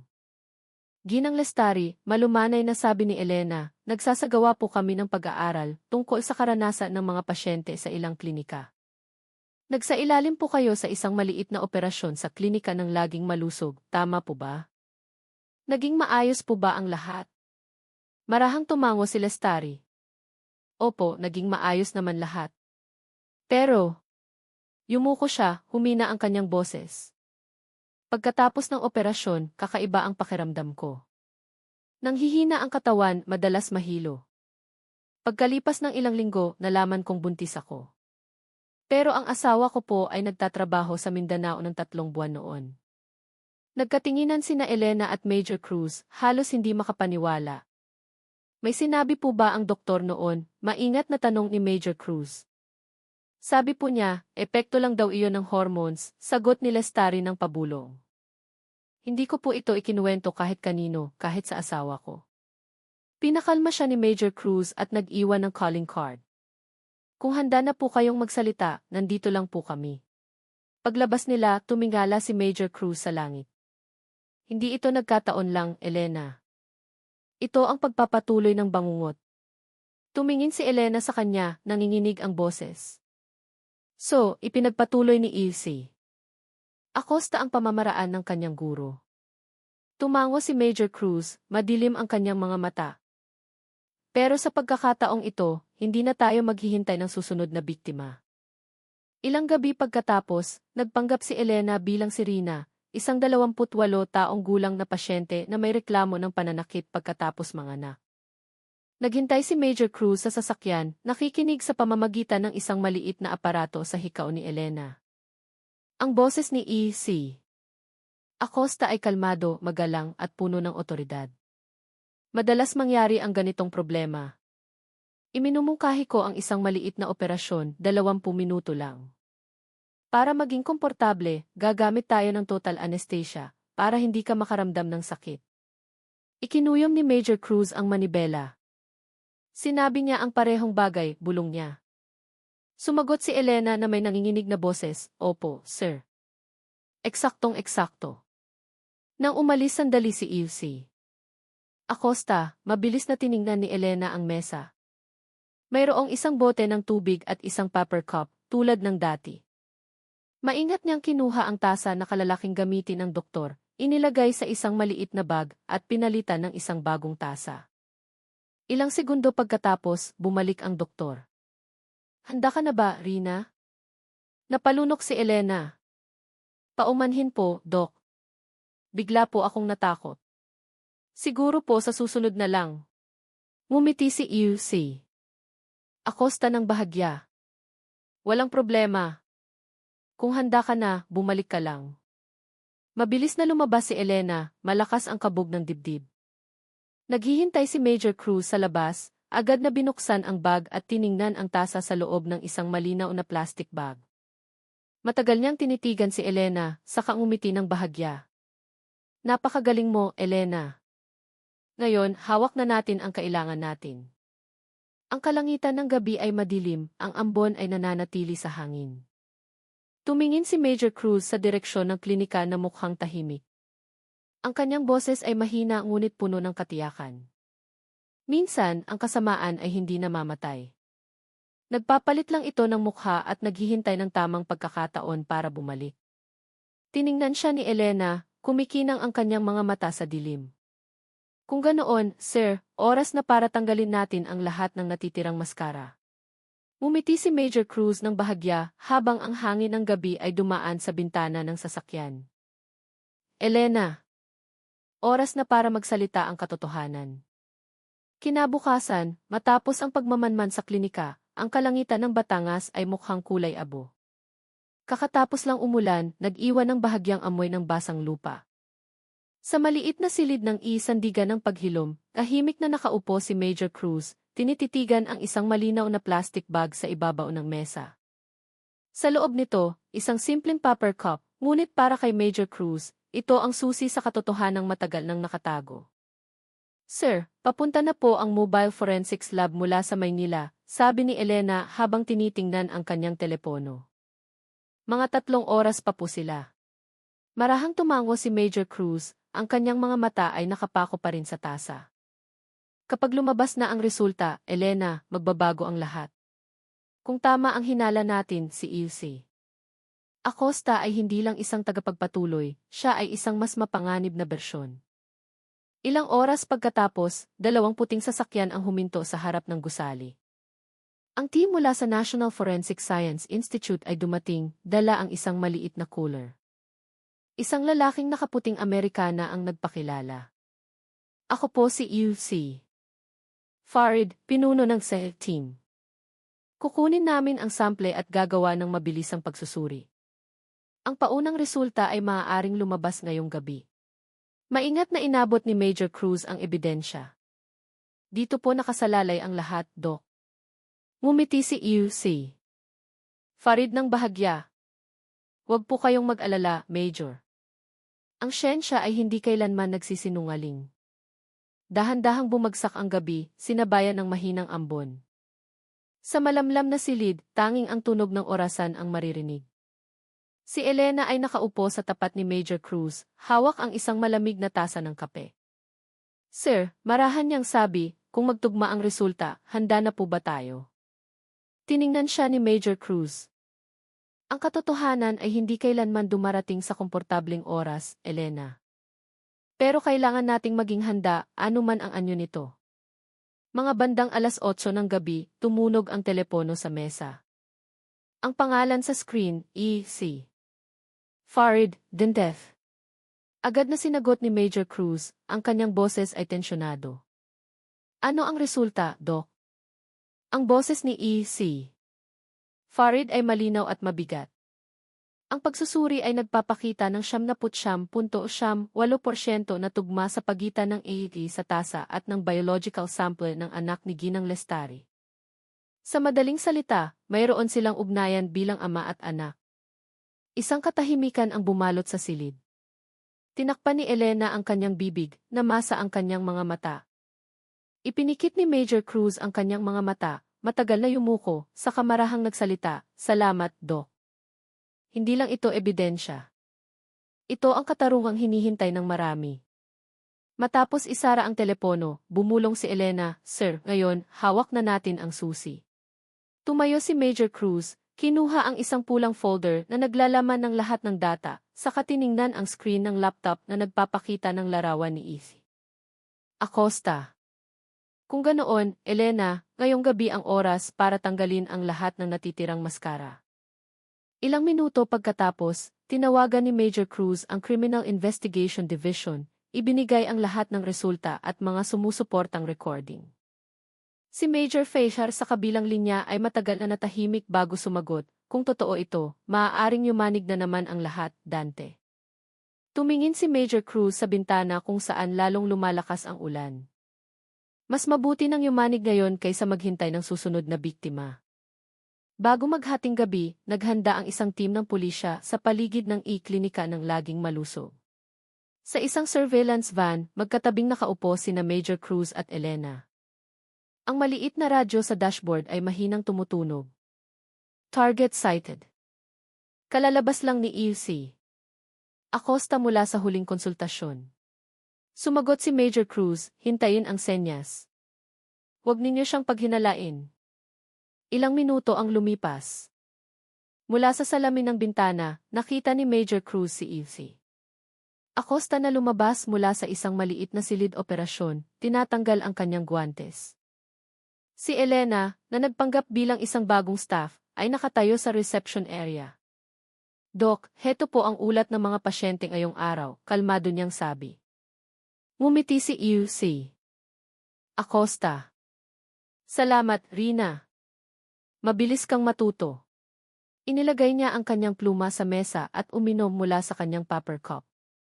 Napalunok si Elena, saka narinig ang boses ni Major Cruz sa maliit na komunikador sa kanyang tainga, "Ngayon na." Biglang bumukas ang pinto sa harap. 4 na opisyal na nakasibilyan ang mabilis na pumasok. Isa sa kanila ang nagpakita ng warrant. Chay Acosta, isasama ka namin para sa pagsisiyasat kaugnay ng mga aligasyon ng etikal na paglabag at krimen. Natigilan si Izzy Acosta sandali sa katumawa ng mahina. "Anong paglabag? Siguradong nagkakamali kayo." Lumakad si Major Cruz papasok, tumayo sa harap ni Izzy Acosta. "Ang hindi pagkakaunawaan ay hindi nangangailangan ng Izzy, Doc." Nagsalita na ang ebidensya. Tiningnan siya ni Izzy Acosta ng mapang-asar. "Akala mo ba tagapagligtas ka? Ang mundo ay puno ng kulay abo. Ang katotohanan ay relatibo, Major." Sumagot si Major Cruz ng kalmado, "Kung ganoon, hayaan nating ang siyensya ang maging hukom." Pinusasa ng mga opisyal si Izzy Acosta. Sa labas, isang kulog ang dumagundong. Habang dinadala sa sasakyan ng pulis, lumingon si Izzy Acosta at ngumiti ng malamig. "Hindi ka pa nananalo, Major. Maniniwala ang mga tao sa kung ano ang gusto nilang paniwalaan." Tinitigan siya ni Major Cruz ng tahimik. Hindi siya sumagot. Sinabi lamang niya sa sarili, "Maaaring totoo yan, Doc." Pero ngayong gabi, ang katotohanan ang nagsalita, hindi kasinungalingan. Si Elena ay nakatayo sa tabi ni Major Cruz, parehong basang-basa sa ilalim ng ulan. Ang mga ilaw ng sirena ay kumikislap sa basang aspalto. "Sir," sabi ni Elena, parang deja vu. Ngumiti si Major Cruz ng mapait. "Pero sa pagkakataong ito, hindi natin tinatakpan ang sugat. Pinipigilan natin ang bago." Tumingala si Elena sa madilim na langit. Dumating na naman ang katarungan. "Pero bakit parang mabigat pa rin, sir?" Tumingin si Major Cruz sa malayo, ang kanyang boses ay mababa ngunit matatag. "Dahil ang bawat katotohanan ay isinisilang sa pamamagitan ng sakit, Elena. At ang sakit na iyon ang nagpapanatili sa ating pagiging tao." Dahan-dahang lumayo ang mga sirena, nag-iwan sa isang muling natahimik na lungsod. Hindi pa tumitigil ang ulan, ngunit sa kanilang mga dibdib, may isang maliit na paniniwala na kahit maliit ang liwanag, sapat itong maliwanag upang hamunin ang kadilimang hindi kailanman tuluyang naglalaho. Matapos ang maulang gabi sa klinika, mabilis na kumalat ang balita ng pag-aresto kay si Acosta sa buong Batangas. 3 araw pagkatapos, mabigat ang pakiramdam sa headquarters ng pulisya. Nagsimula nang magtanong ang media, ngunit wala pang opisyal na pahayag ang pulisya. Sa silid ng interogasyon sa ikalawang palapag, ang puting ilaw ay sumasalamin sa malamig na pader. Sa likod ng malabong salamin, si Ilse Acosta ay kalmadong nakaupo, suot ang kulay abong damit ng bilanggo. Maputla ang kanyang mukha, ngunit ang kanyang mga mata ay nananatiling nagliliyab sa parehong kayabangan tulad ng gabing siya ay nahuli. Si Major Cruz ay nakatayo sa labas, pinagmamasdan siya mula sa likod ng salamin. Sa tabi niya, si Elena ay may dalang makapal na folder ng kumpletong forensic documents. Sir, marahan niyang sabi, hindi pa siya nagsasalita ni isang salita mula nang pumasok. Umingiti lang tuwing pinapipirma. Tumango si Major Cruz. Ang mga taong tulad niya ay hindi takot sa parusa, Elena. Takot silang mawalan ng entablado. Ilang minuto pagkatapos, pumasok si Major Cruz sa silid. Dahan-dahang nagsara ang pinto sa likod niya. Mayroon lamang 2 silya at isang mesang metal. Ang tunog ng kanyang mga hakbang ay malinaw na umalingaw-ngaw. Tinitigan siya ni Ilse Acosta, bahagyang kumurba ang kanyang mga labi. Major Cruz. Sa wakas, nag-uusap na tayo ng walang tagapamagitan, sabi niya sa isang patag na tono. Umupo si Major Cruz, nakatitig ng diretso sa kanyang mga mata. Hindi ako naparito para makipagdebate. Gusto ko lang malaman bakit. Tumawa si Ilse Acosta ng mahina. Bakit ano? Bakit ako naging doktor? Bakit hindi ako naunawaan? Mabilis na pumutol si Major Cruz. Bakit mo inulit ang parehong pagkakamali? Alam mo ang ginawa ng mentor mo. Alam mo kung gaano karaming pamilya ang nasira dahil sa kanyang ginawa. Pero pinili mo pa rin ang landas na iyon. Sumandal si Ilse Acosta, tumingin sa kisam. Humahanga ako kay Ilse Vargas mula pa noong kolehiyo. Lagi niyang sinasabi na ang katawan ng tao ay isang misteryo ng Diyos na maaari nating maunawaan. Ngunit ilan lang ang may lakas ng loob na labagin ang mga hangganan para mas mapalapit dito. Ipinagpatuloy ko lang ang gawaing hindi niya natapos. Ikinuyom ni Major Cruz ang kanyang kamao sa ilalim ng mesa. Gawain? Tinatawag mong gawain iyon? Sinira mo ang buhay ng mga tao, Simon. Ngumiti si Ilse Acosta ng malamig. Tinitingnan mo ito mula sa moral na pananaw. Tinitingnan ko ito mula sa biolohikal na pananaw. Lumikha ako ng buhay mula sa katahimikan. Ang mga batang iyon ay isinilang na malusog, matalino. Sila ay bahagi ko. Hindi pa lang handa ang mundo na tanggapin ang aking pamamaraan. Natahimik ang silid, tanging ang tiktak ng orasan ang maririnig. Tinitigan siya ni Major Cruz na may mabigat na tono. Akala mo ba Diyos ka? Tinitigan siya ni Ilse Acosta ng matalim. Ang Diyos ay lumilikha sa pamamagitan ng himala. Ako ay lumilikha sa pamamagitan ng agham. Ang pagkakaiba lang ay kung sino ang nagsusulat ng kasaysayan. Tumayo si Major Cruz. Hindi ka itatala ng kasaysayan bilang isang siyentipiko, Do. Kundi bilang isang halimaw na nagtatago sa likod ng puting Amerikana.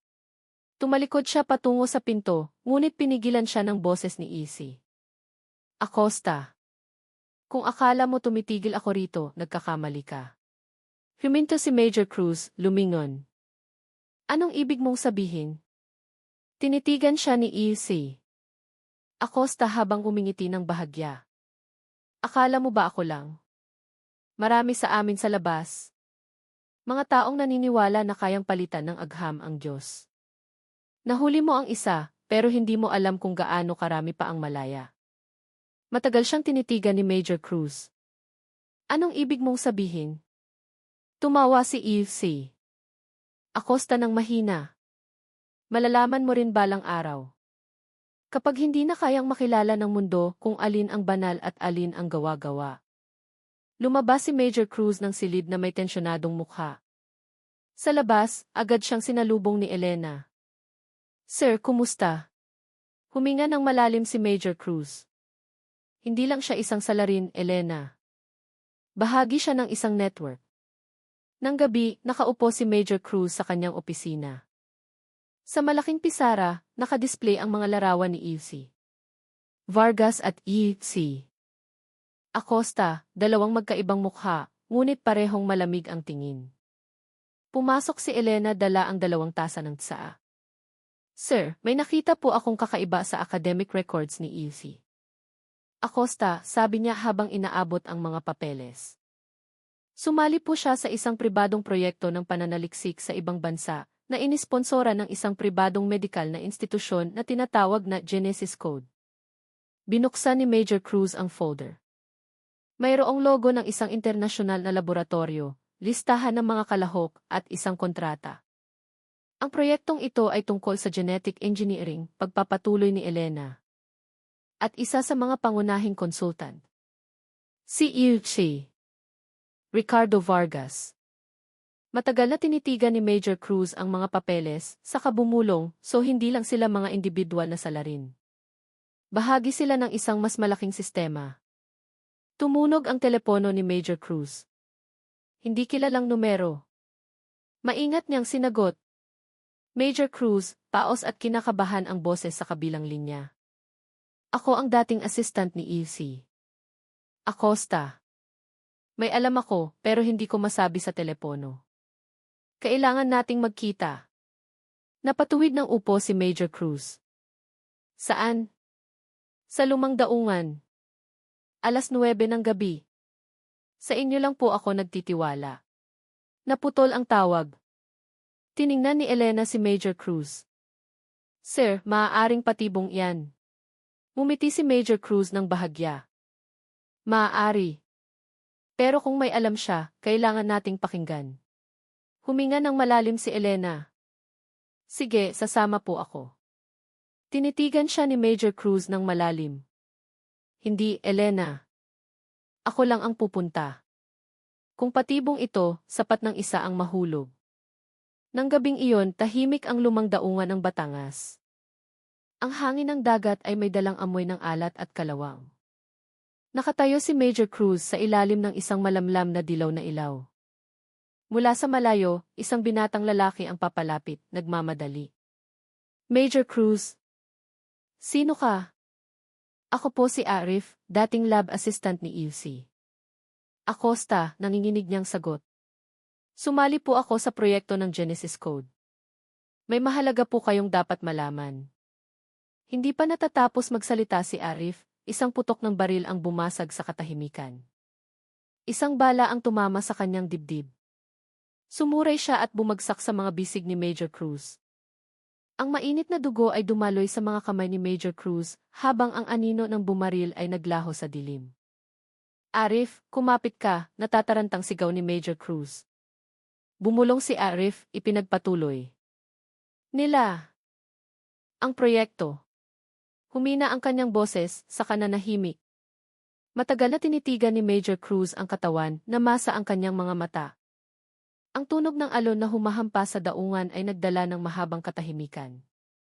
Tumingin siya sa maitim na dagat at bumulong, ang katotohanan ay hindi ang katapusan ng laban, kundi ang pinto patungo sa isang mas madilim na lihim. Pagsikat ng araw sa silangan, muling natahimik ang Lumang Daungan. Nakakabit pa rin ang police line. Ang tunog ng mga kamera ng forensiko ay umalinggaw sa gitna ng mga container. Sa gilid ng daungan, tahimik na nakatayo si Major Cruz, pinagmamasdan ang lugar kung saan bumagsak si Arif kagabi. Ang hangin ng dagat ay may dalang amoy ng kalawang at bahagyang amoy ng dugo. Sa isang malinaw na evidence bag na hawak niya, may dalawang maliliit na bagay, isang basang tiket sa paradahan at isang maliit na metal na susi na may ukit na -17. Dahan-dahang lumapit si Elena, dala ang dalawang baso ng mainit na tsaa. Maputla ang kanyang mukha, ngunit matatag ang kanyang tingin. Sir, bakit hindi niyo po ako sinabihan kagabi? Ang kanyang boses ay mabigat, hindi dahil sa galit, kundi dahil sa takot na muling mawalan. Tumingin si Major Cruz sa dagat. Dahil ayokong dalawang tao ang tamaan ng isang bala.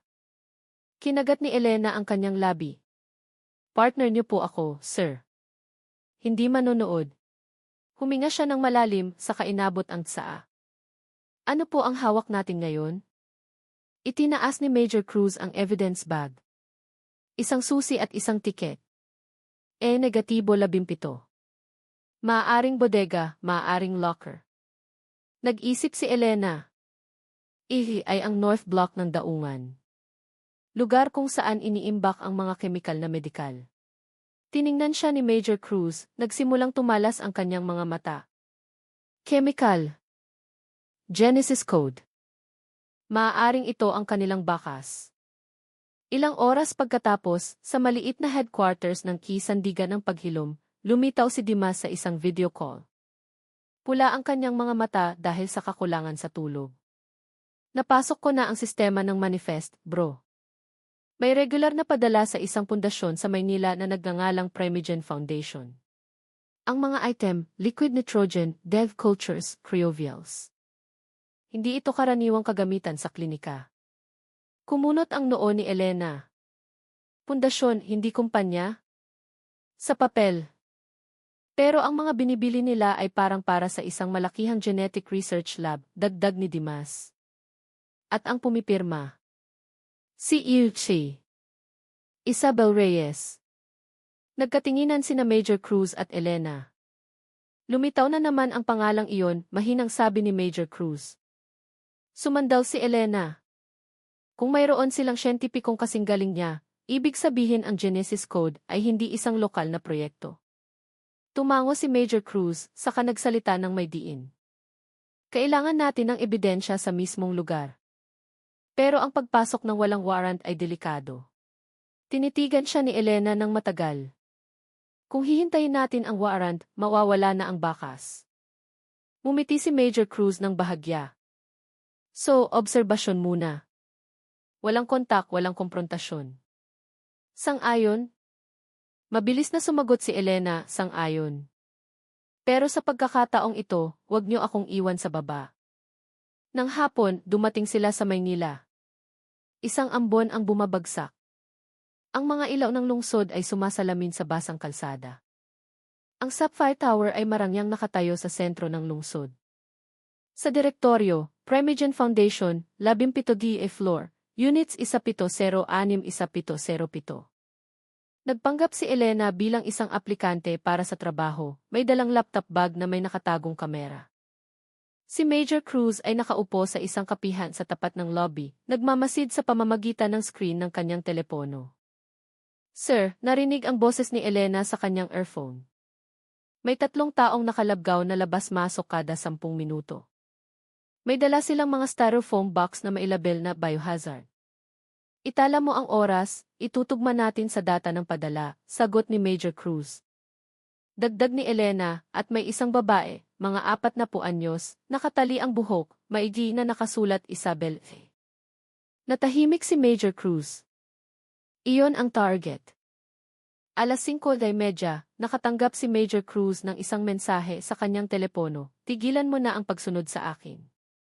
Kung gusto mong malaman ang katotohanan, mag-isa kang pumunta. Ngayong gabi, 9:00 sa Sapphire Tower 1706. Si Elena, nakalalabas lang ng kapihan, ay agad na nabasa ang mensahe sa balikat ni Major Cruz. Alam niya na nandito tayo. At marahil alam niya ang bawat galaw natin, mahinang sabi ni Major Cruz. Tiningnan siya ni Elena ng malalim. Sir, sa pagkakataong ito, hindi ako mananatili sa baba.